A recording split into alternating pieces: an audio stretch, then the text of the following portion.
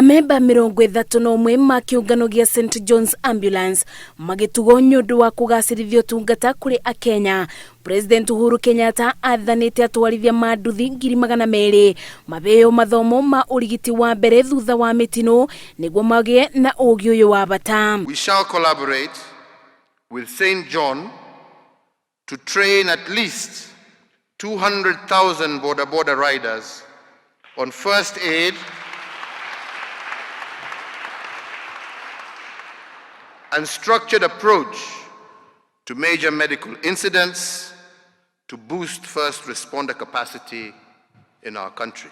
Ministry ya ũgima wa mwĩrĩ yũrĩtie nyitanĩra na rũhonge rwa ũgitĩri wa mbirarũ kũgacĩrithia thibitarĩ iria cikoragwo barabara-inĩ na gũcikathĩkĩra ũtaaramu wa kĩrĩu tondũ nĩcio citharĩkagĩra mĩoyo ya aingĩ rĩrĩa mĩtino yaumĩra. The Ministry of Health establishes a framework of cooperation to co-opt 26,000 volunteers from the St. John Priory to strengthen our primary health care. Kĩũngano gĩa St John's kĩrĩa kĩoĩkaine kumana na wĩrutĩri wa maobithaa makĩo wa gũtuga Akenya na kũheana mathomo ma ũrigitani nĩ ũndũ ũrĩa ũtũgĩrĩtio nĩ Ministry ya ũgima wa mwĩrĩ. The spirit of volunteerism that has permeated from St John has now taken root in the Ministry of Health through community health volunteers.